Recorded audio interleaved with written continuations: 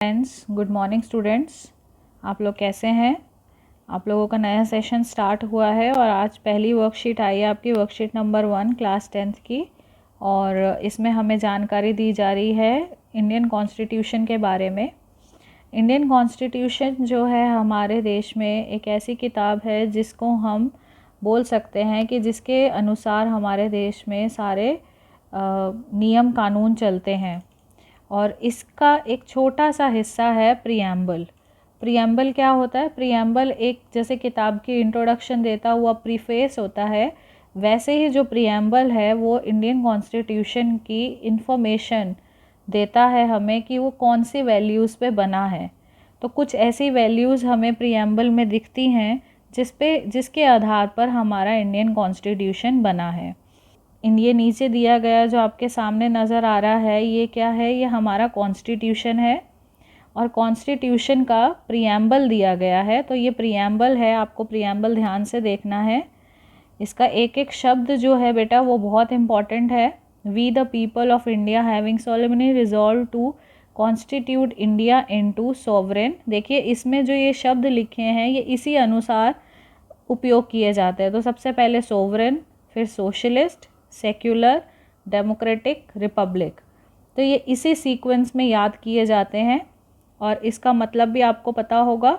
Sovereign का मतलब होता है ऐसा देश जहाँ पर जो डिसीजन है वो अपनी कंट्री खुद ले सकती है। मतलब जब हम अंग्रेज़ों के अधीन थे तब हम अपना जो कोई भी निर्णय है वो हम खुद नहीं ले पाते थे।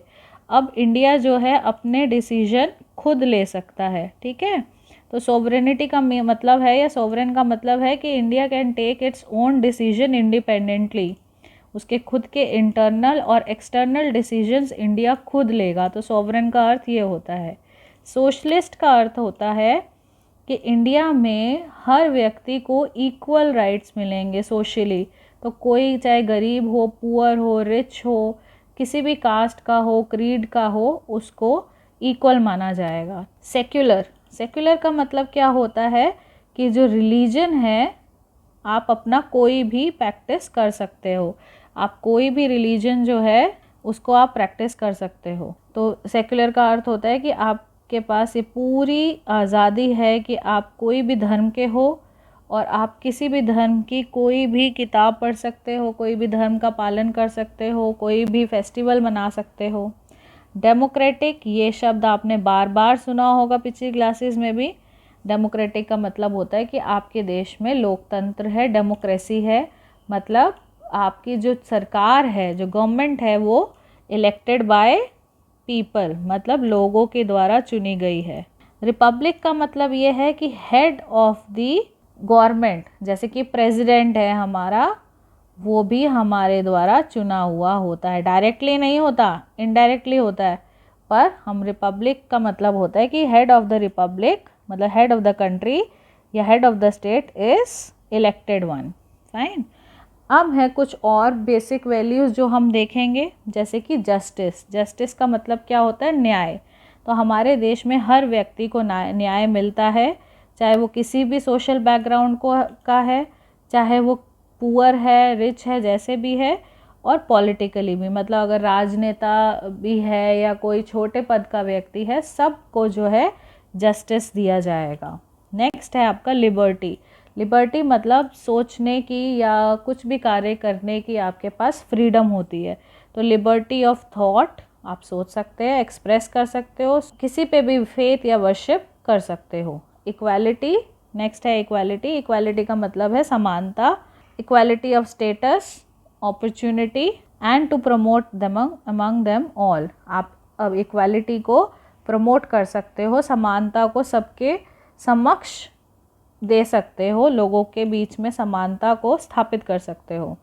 नेक्स्ट है फ्रेटर्निटी का अर्थ होता है कि आपने सब में एकजुटता बनाए रखी, भाईचारा बनाए रखा, ठीक है।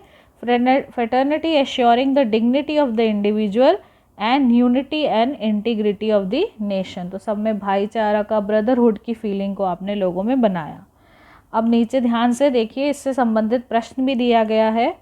In our Constituent Assembly, this is 26th day of November 1949 do hereby adopt, enact and give to ourselves this constitution। तो हमारा जो संविधान है कब बन के तैयार हो गया था?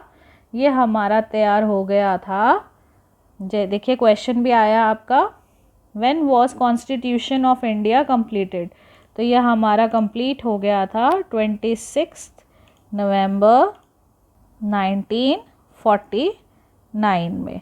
अब बच्चे कंफ्यूज हो जाते हैं, 26 जनवरी 1950 वो क्या था?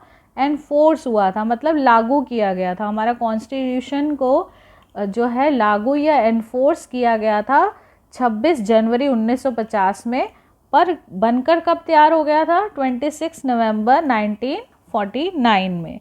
अब यहाँ पे कुछ वर्ड्स हैं जो आपको ऊपर देखकर फिल करने, बहुत ही आसान है। तो इसमें हमारा सबसे पहले क्या है? लिबर्टी, LIBERTY, ठीक है। उसके बाद क्या है? इक्वालिटी, ये बहुत ही आसान है। डेमोक्रेटिक, ये है सेक्युलर, और ये है रिपब्लिक। तो ये सब हमारी वैल्यूज़ हैं जो कि कॉन्स्टिट्यूशन में दी गई हैं। अब यहाँ पे बोला जा रहा है नेक्स्ट क्वेश्चन में कि कलेक्ट करो और कुछ इन्फॉर्मेशन बताओ जो हमें ऊपर वैल्यूज़ दी गई हैं। तो इसमें बेटा आपको 2-3 वैल्यूज़, आप कोई भी अपनी मर्ज़ी की वैल्यूज़ चुन सकते हैं और उनके बारे में लिख सकते हैं। जैसे अगर सपोज़ इक्वालिटी चुना जाता है, तो इक्वालिटी के बारे में आप क्या कह सकते हो कि इंडिया में सबके पास इक्वल राइट है। India people have equal right, for example right to vote. या फिर आप बोल सकते हो ऑल्सो हमारे पास क्या है? Fundamental rights. सीधा सीधा आप बोल सकते हैं कि हमारे पास जो है फंडामेंटल राइट्स भी हैं। तो ये क्या एक व्यक्ति के पास है? नहीं, ये क्या है? ये सबके पास है। तो India has equality, that is why that can be seen from the rights. So everyone has equal rights, right to vote है, फंडामेंटल राइट्स है। और इक्वालिटी किस में हमें देखने को मिलती है? फंडामेंटल ड्यूटीज़ में भी देखने को मिलती हैं। तो इसी तरीके से आप कोई भी वैल्यू ले सकते हैं और उसको एक्सप्लेन कर सकते हैं। आई होप ये आपको वीडियो अच्छा लगा होगा और इन्फॉर्मेशन आपको समझ भी आई होगी। और अगर आपको कोई अभी भी डाउट है तो आप मुझसे क्वेश्चन कर सकते हैं। और इस वीडियो को लाइक कीजिए, सब्सक्राइब कीजिए और जो भी डाउट है उसको क्लियर कीजिए।